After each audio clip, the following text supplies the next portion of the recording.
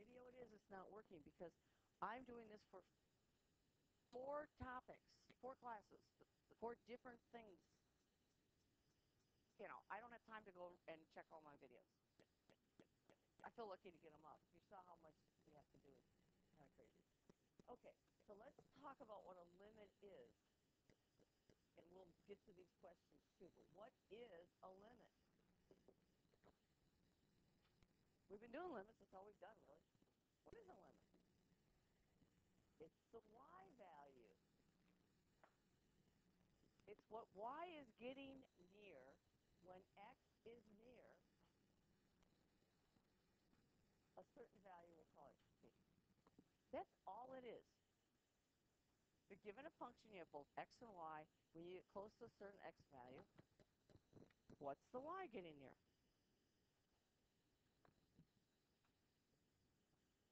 And if I go too fast, you're going to let me know. My watch, yes, but I can't see the back very well. So c value. So if x is near 2, what's the y coordinate getting close to? That's all. It's the x value. What's the first thing you do when you try to find a limit? You always, this class has it, substitute. The other class did not get that. I don't know if they're asleep or what. Why is it doing this? Okay. Okay. When you substitute, there's only a certain number of things that happen.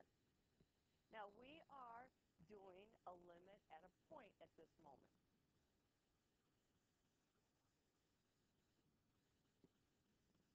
So we substitute. You can even substitute when the x is going to infinity.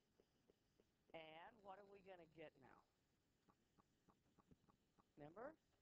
First thing we could get would be a number divided by a number. That's easy. That's just your limit. Just evaluate your function at that x. That's what y is getting near. The next thing that could happen, which is the same thing actually, you could get 0 divided by a number. Well, what's 0 divided by any number other than 0? 0. So these are just numbers. And unfortunately for you guys, it's probably not what they're going to give you on the exam. Although, I mean, that's how you graph things too. Okay, the third thing, which is what we're going to be talking about today, you could get a number divided by 0. And so far as we're concerned, even tomorrow, you can give me the right answer or you can just say it's undefined or doesn't exist. So that's our focus today. We're going to look at what happens when you take a number divided by 0. You get a vertical asymptote. And of course you know that you cannot divide by 0, right? That's the key to doing these. Now on the worksheet, they tell you what the x's are going to. So you don't have to figure out where that vertical asymptote is. On the exam, you're probably going to have to figure it out. Then the fourth thing, so that's the only thing that's going to be different, a little bit different today, but still kind of the same thing, is you get a 0 over 0. Right? And what do you have to do then? Just quit? No, don't stop. You have to do work. Usually algebra, it could be with a graphing calculator, but the quiz is without a graphing calculator. Remember that special one with the sine of x over x. Okay, that's all that happens. Derivative at a point. We will focus in on number 3 today. There's another kind of a limit. You can take the limit as x approaches positive or negative infinity. Possibility of a horizontal asymptote. That's how you get horizontal asymptotes. It's the end behavior. So on the blue worksheet, and I don't have answers up, but I will get them up today. In particular, which problem gave you some problems here, because that's what this is asking you to do. Finding the limits as x gets bigger and bigger or smaller and smaller. Which problem was the problem? All of them? Come in and see me in the morning. Number 5? Okay. This is number sense. X is going to be a a very large number. 10 to the 100 millionth power. Millionth power. Whatever you want. So, if x gets really large, this function starts looking like, well, what happens to the 7 and 1s? We're talking about $100 trillion. Does it matter if somebody takes $7 away from you? No, it doesn't. So we ignore these. These numbers here affect what's happening near the origin. But I don't care. It's not what I'm trying to find. I want to know what's happening over there and what's happening over there in between. I don't really care what's happening. So this really looks like a negative, don't forget the negative, 3x cubed over 2x cubed. Well, as x gets really large, what will happen to the x cubed? Now, you guys learned a trick last year. You could memorize something about the exponents being the same. That's fine, but this is just as easy. You have a lot to memorize. So we don't want to go down that path. Just think about it. Negative 3 halves. And if you need to put in a number, make it 10 to the 6th and see what happens. You'll see it cancels. There is very little work on these. And it's going to be the same with this one. Not much work here either. The one that you need work on is this. And generally speaking, it's a one-point question. There's nothing to show here. You just write. I just write down negative 3 halves. There are ways to do it algebraically. It's a waste of time. You're on time test. Yeah. Now, number 11, I wanted you to make that a negative infinity. Do we need to look at that one? So the answers to 10, 11 will be different. It's negative 1. Let me give you answers. 1 is 6. 2 is negative infinity. 3, I'm just going to, and I'm doing these in my head. No answers. Okay, that's how easy they are. Yes, question. Yes, say change 11 to a negative. Now your question. I haven't gotten there yet. I'm just saying, I'm doing it in my head. That's how easy they're supposed to be. So number 3, I'm going to ignore everything but the highest power, which is 3x to the 4th. So it's going to go off to infinity. You know what x to the 4ths look like, right? They look like a W. Yeah. So as x gets big, it goes to positive infinity. As x gets small, it goes to positive infinity. That's okay. Pictures are fine. You find I'm a little different than other math teachers. By the way, this is not like last year. Now, there is no work really to show on this. But last year, it was just like your final answer. That's meaningless on the exam. If you don't have the right work, but you have the right final answer, you get 0. So this is not Marzano. So we got to get out of that mode. You have to show the in-between steps. Okay, number 4 is 1 half. 5 we did. It's negative 3 halves. Correct me if I make a mistake. 6 is 0. 7 is 0. 8 is infinity. 9, if I don't read it carefully, I could get tricked up on that one, but it's infinity because there's an x cubed there. 10 is 1, 11 is negative 1, and 12 is 0. Anything else you want to look at on here? I'll put the answers. Number 9. 9 is the one you could get tricked up on. Oh, you're right. It's negative infinity. See, I told you to correct me. Not kidding. There are no answers there. I'm just doing them. But you're right. Let me look at that. Yes, 9 is negative infinity. Do I still need to do it? Because it's negative x. All I care about on these, I don't like the red particularly, but anyway.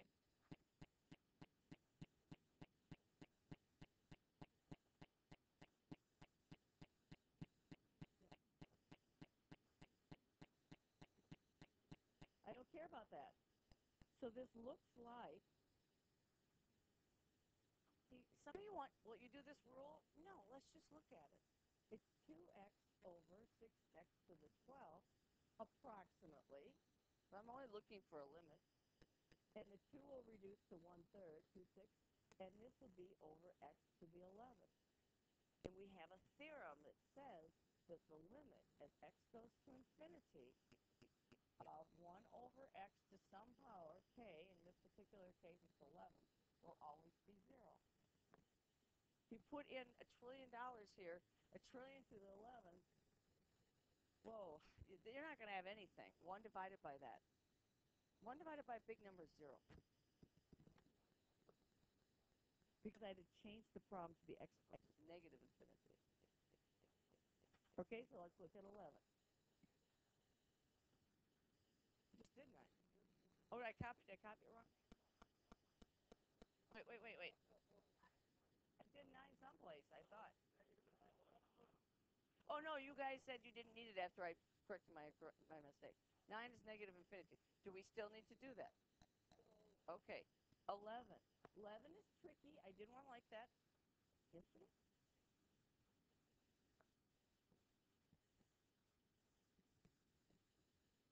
Now, this is supposed to be negative infinity. Now, when you do this, this is approximately x over the square root of x squared. I could make that absolute value, or I don't even have to do that. Just think about the numbers.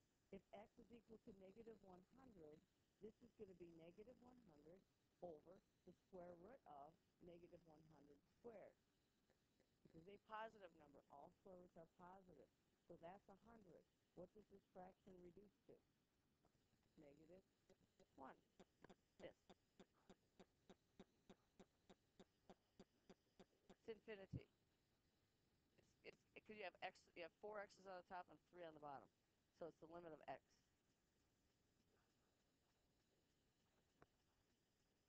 It's just infinity. You want to say it does not exist? It's getting infinitely large. Remember, I want to know. The reason why I want to know this is I want to be able to graph it.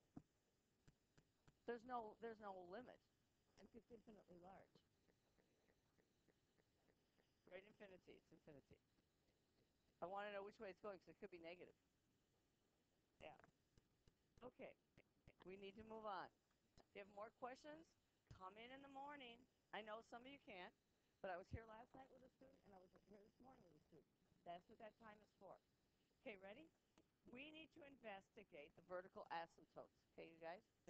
You do not have this slide, but I will save it as a PDF. You can go back and look at it. You can do the problems. Now, I don't really care so much about the definitions. This class, this calculus class is to the study of calculus as Algebra 1 is to the study of pre-calc. So don't make things hard. Algebra 1 wasn't that bad for you, was it? No. Terrible. So it's the same thing. You're not doing the depth. You're not doing the proofs. This is the formal way of saying you have a vertical asymptote. That's all. So the line x equals a is a vertical asymptote if the limit as x approaches that a value, let's even make it simple. You don't have this. You don't have this.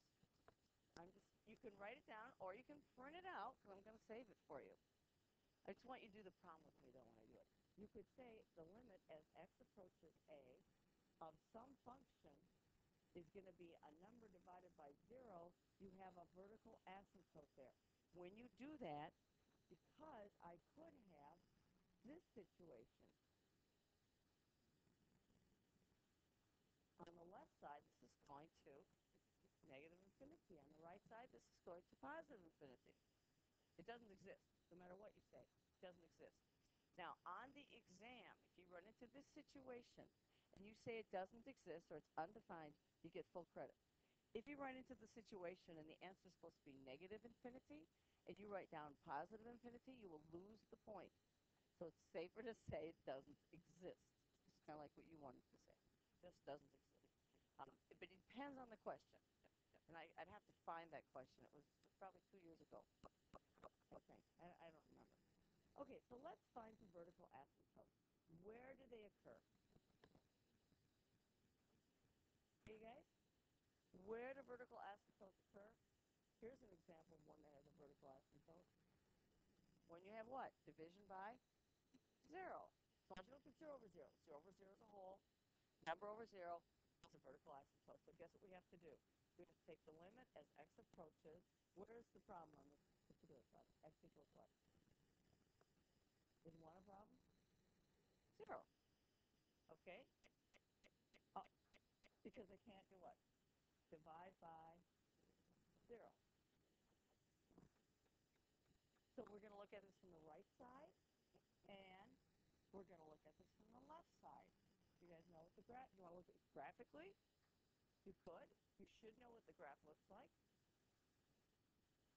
Or you could just substitute some numbers in. If you put in 1, now here's the answer. The answer is always going to be infinity. It's either positive infinity or it's negative. Always. So is this going to go to positive infinity or negative? Put in 0.001. If you square any number, it's always positive. If you square any number, negative 0.001, it's always positive. So let me bring up my calculator. I have it, but I'm going to do a new slide here. I'll do our own thing here. So we're going to do a graph. And I like this just because it's in color. And so we want 1 divided by x squared. I could do fancy work here like that.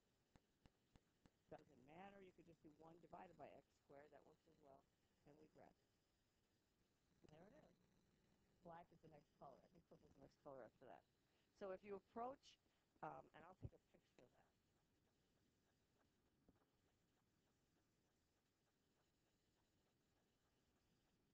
I'm getting faster at that. If you approach from, let's see, the right side, it goes to positive infinity. If you approach it from the left side, it's the road is closed, isn't it? Same with 41. If you approach from Highway 5, approach from Highway 7, you can't get through. Yeah, there are.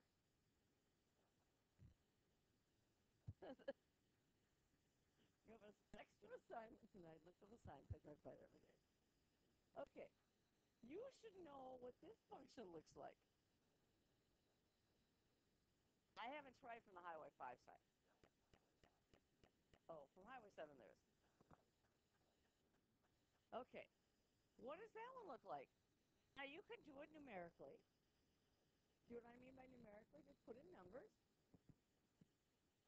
Where's the problem here? X can't be what number? You guys know this is 0. This should be all review for you. Is it coming back? Remember seeing the notation? Now, if you were in an IB class, this is not review for you. So don't feel like you're dumb or anything. You just didn't have it. Okay, 0 from the right of 1 over x. You know, and I hate to tell you you have to do both sides, but you have to do both sides. So you can put in a number. What if I do 0.001? Is this positive or negative? If I put in negative 0.001, this is negative. So if I go back to my graph, I kind of like to see the pictures. Let's put in 1 over x. We'll put it on the same page. Now, I'm lazy. I'm just going to do 1 divided by x because I'm lazy. Now, I think I get purple. Isn't that cool? Because I found out the colors always go in the same order. I can't prove it, but that's been my observation. It's called deductive reasoning. Do I have that right? I think I do. Deductive versus inductive. That's the colors we had before. First comes blue, red, and then goes black, purple. I don't know what the next color is. I don't know if I've had that many graphs. And there you go. You want to see. Let's do a sine graph, just for fun. You press tab, and trig. I could type it, and then we'll put in x. So forgive me with the parentheses. It'll put it in for me. Oh, that's green. It's hard to see, but it's green.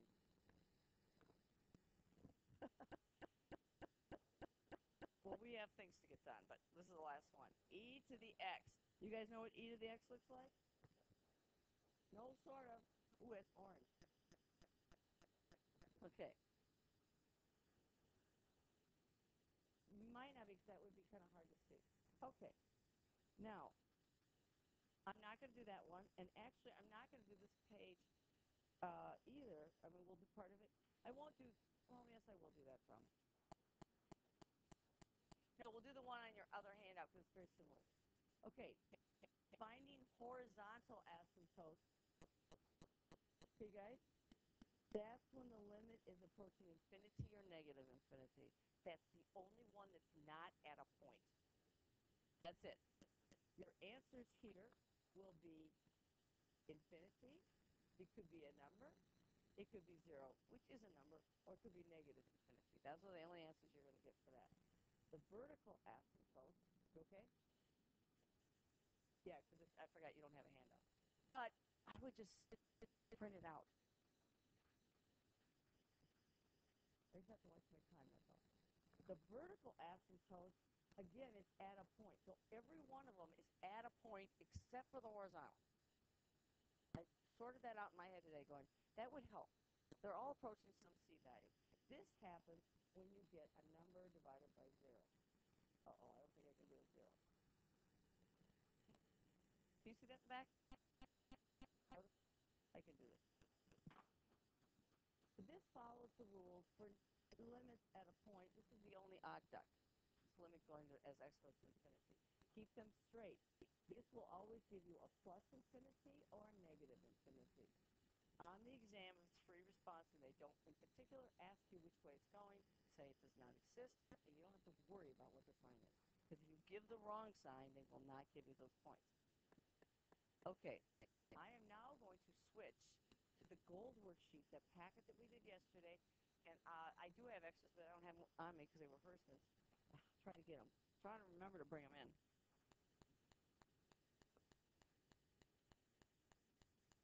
That's this one. We did this one yesterday. We didn't finish it though, did we? We did that. We did that, and I said, let's stop here.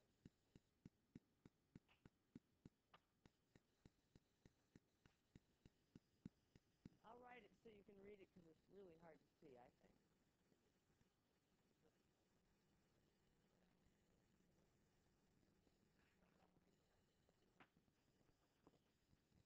It's the orange one.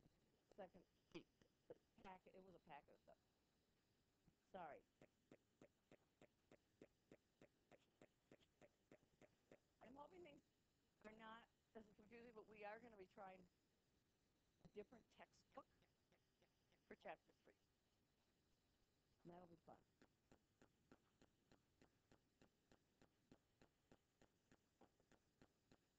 Okay, you guys ready? You got to tell me if I go too fast, if you're not ready, but that doesn't count when you chit-chat in the back.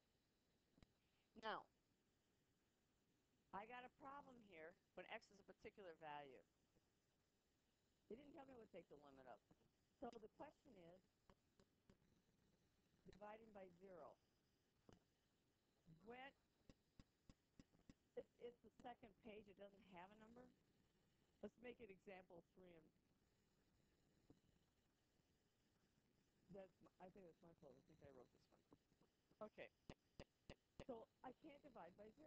So that's the first place I always look. It's a domain problem. X cubed minus 8 equals 0. So x cubed equals 8. What's the x value that gives you 0, though? 2. Does it give you 0 over 0? We probably should check. No. 2 squared minus 2. Okay, so 4 minus 2 is 2. So I would get 2 divided by 0. We always substitute first. I first look, if it doesn't tell me where the problem is, where I want to take the limit, I look where the denominator is 0, but I probably should double check to make sure the numerator is not 0, because if it's not 0, then it's going to be a hole. Sorry, if it's 0 over 0, you're going to have a hole, and then I got to figure out what the y value is getting close to. But it's not. If I put 2 in here, I get 2 over 0. So now I know the answer is going to be a plus or negative infinity. But I have to look at it from both sides. So I have to find the limit 2 ways. That's the problem with these problems. So I need the limit as x approaches 2 of this thing. And all I care about, I know it's either going to be really big or really small. Because when is this equal to 0? Can't divide by 0. It's always a domain question. Can't. The only place I'm going to have problems with limits is when I have 0 over 0 or a number divided by 0. So the only thing I can look for is that denominator being 0. And then rule that one out, hopefully. Okay, I got to look at it from the right side. Should we do the right side first? Now, if it's 2, it's something over 0, which is either going to be positive infinity or negative. All I care about are the signs. So if you try 2.1, just do 2.1. That's to the right of 2. You square that, is that positive or negative? That's positive. If you cube that, is that positive or negative? Positive. So my answer is positive infinity. A circle is confusing me. Now, do you have to show that you're trying 2.1? No, you just decide. I do it in my head, but I'm trying to show you how to do this, so I can't do it in my head and have everybody get it. Now I'm going to rewrite it. Now I'm going to slide the board as x approaches 2 now from the left. Over x cubed minus 8. Okay, what number is coming from the left? Should be relatively close. I mean, sometimes you might have to even be closer. 1's too far away from 2. It's got to be really close, because there could be some other asymptotes in between there. I mean, there aren't. But, so how about trying 1.9? So if I square 1.9, I believe 19 squared is 361. So it's 3.61. I know it's bigger than 2, so what's this going to be, positive or negative? Positive. What if I cube 1.9? Get your calculator out if you don't believe me. I don't know, I'm not sure. I think it's negative. It's negative, so the answer is going to be negative infinity. Vertical asymptotes are always going to be going way up or way down. Horizontal is what's happened out at the end, we don't care about the middle. And the other ones are finding values, yeah. This way? Okay.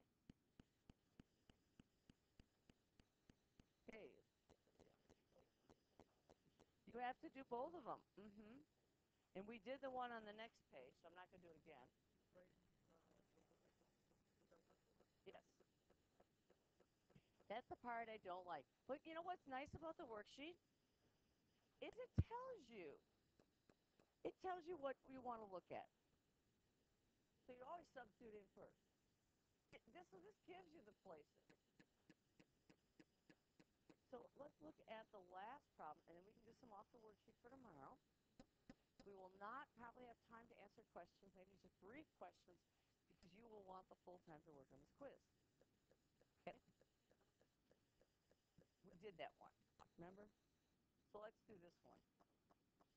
Find the vertical asymptote. I'm not only going to do that, I'm going to find the horizontal one too, and we're going to graph this. Okay, so I'm going to write it because it is kind of small, but you do have it on your handout. It's x over x plus 3. Okay, it looks small to me. Okay, I want a vertical asymptote. First question is, where is there a vertical asymptote? Because x plus 3, it's where that's what? 0. So x equals negative 3. Now this one gets tricky because of the signs. So I'm going to take the limit as x approaches negative 3. I'm going to get it set up. Now I'm going to do the right and the left, okay? And let's write the other one over here. It's the limit as x approaches negative 3. And by the way, I do have colored pens and pencils in here. But you can always print this out, too, with some color, which is nice. So let's do the left side here and the right side here. Question. Why is what? Why is it negative 3? Because we're divided by 0. So, should we do the right side first? Well, let's do the left side first. Doesn't matter to me. Okay, this is the left side. What number is to the left of negative 3? Negative 3.1. You just have to think a little bit, right? So all I care about are the signs, because I know it's going to be infinity. Is it positive or negative? Negative 3.1 here is going to give me a negative number. What's this going to give me? Negative number. So it's going to go to positive infinity. Is that better? I just put numbers in. I only care about the sign. If I put in a negative 3.1, this number will be negative, the top number will be negative, the bottom number will also be negative. Let's go negative 3 from the right. We're going to graph this too. Now, what should we try?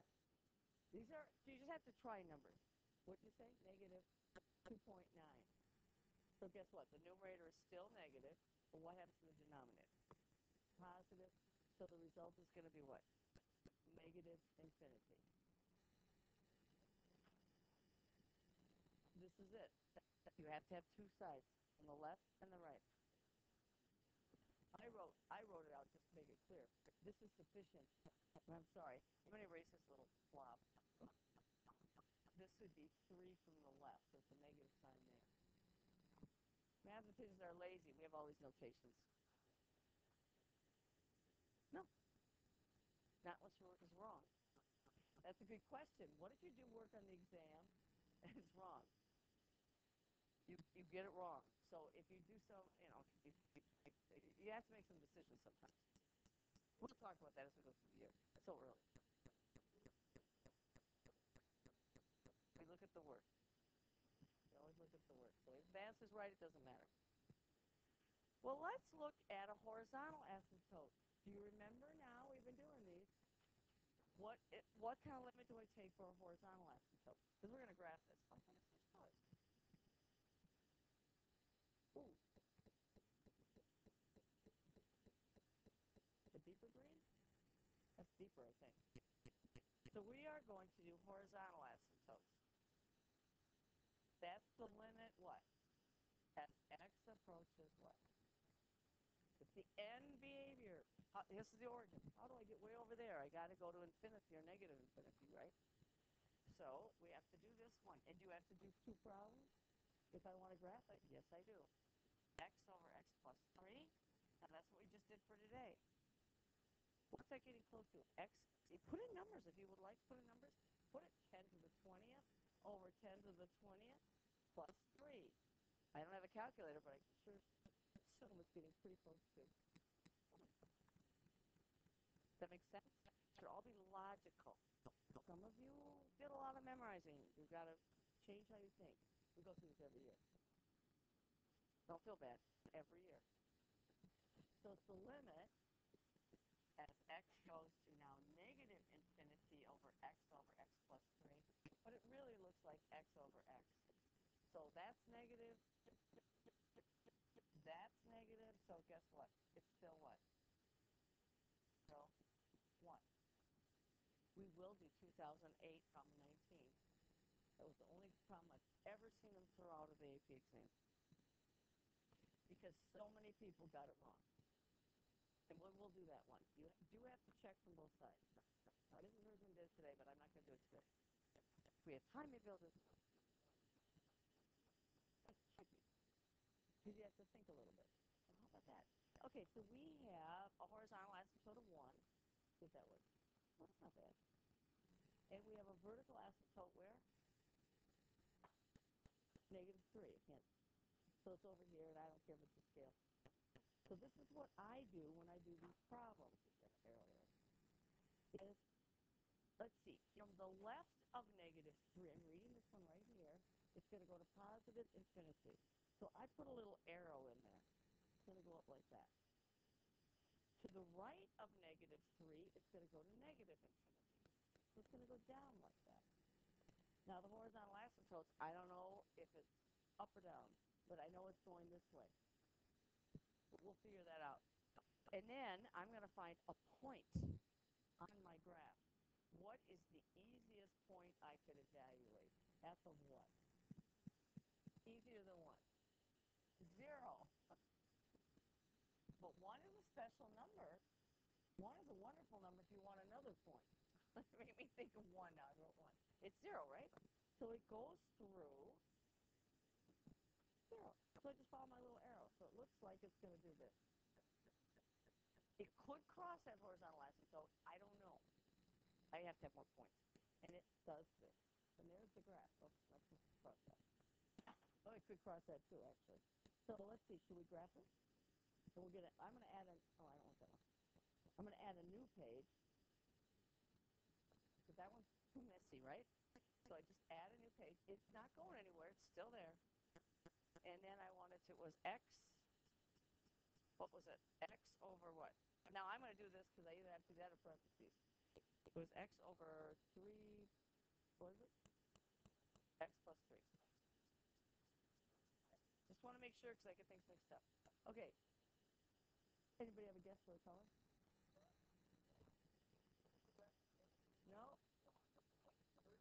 Can you tell? I can't tell. Yeah, it does look like a maroon color. Now my picture's not that bad. Now, if you want to zoom in on what's happening at the asymptote, you can see this one's going up, that one's going down. If you want to look at end behavior, now you can see the ones. And yes, you can do this on your fire calculator as well. You just use these little guys. There's ways to do it. Okay. Take the picture. It's hard in here for me to see the picture. But I think when you go back and look at it on your computer, you can see the color better. And there it is. So now, we already did that. There we go. Questions on this? Some of you have probably looked at it. We did, in particular, we did problem number 8. And the reason why I chose to do 8 was I didn't like the way it's typed. So it looks confusing. It's a piecewise function. It's not connected. It's called continuous. There's no bar there, so don't put a bar in there. So I think that's part of the problem. We're going to grab this by hand, and that's for all the time we're going to have to do. But I'm going to try something because I think I know how to do this on the Inspire, which has definitely got a wow factor when I do this one. Okay. We are going to graph this, and we know how to graph it. Now, if I don't know what that graph is, but I do, then I'm just going to plot some points. Where is my dividing line, so to speak? At x equals what? 3. That, oops, didn't mean to do that. Yeah, I can do.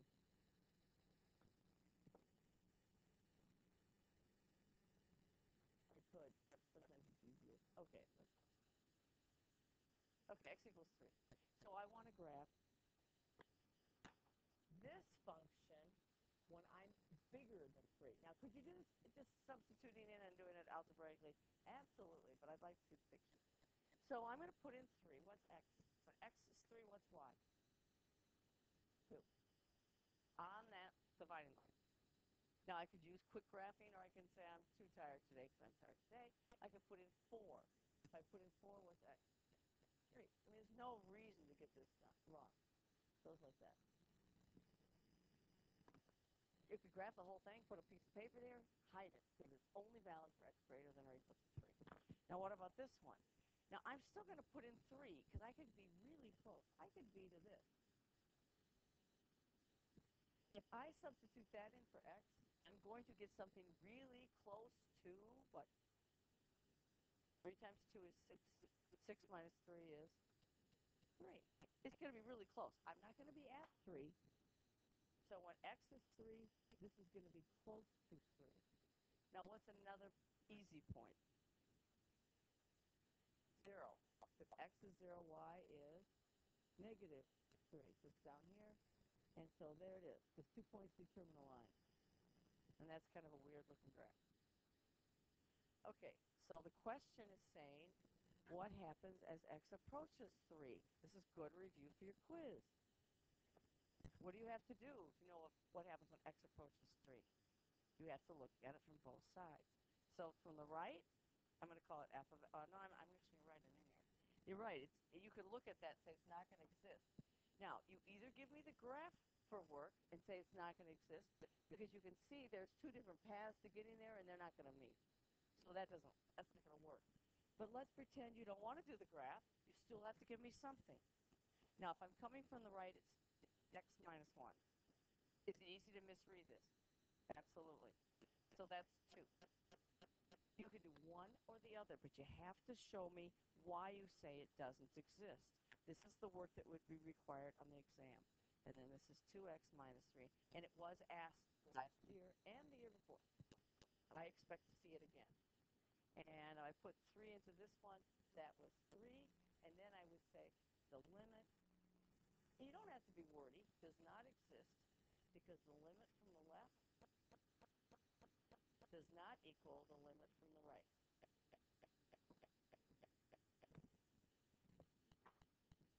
That's it. You have some other piecewise functions on that handout.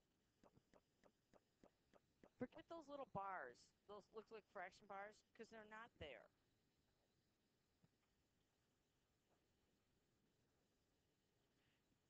Some of you may need to graph it because you don't know what it looks like and you get uncomfortable when you don't know what it looks like. Some of you prefer not to graph it. That's fine. But you need one or the other. I would do it out personally, I would do it algebraically.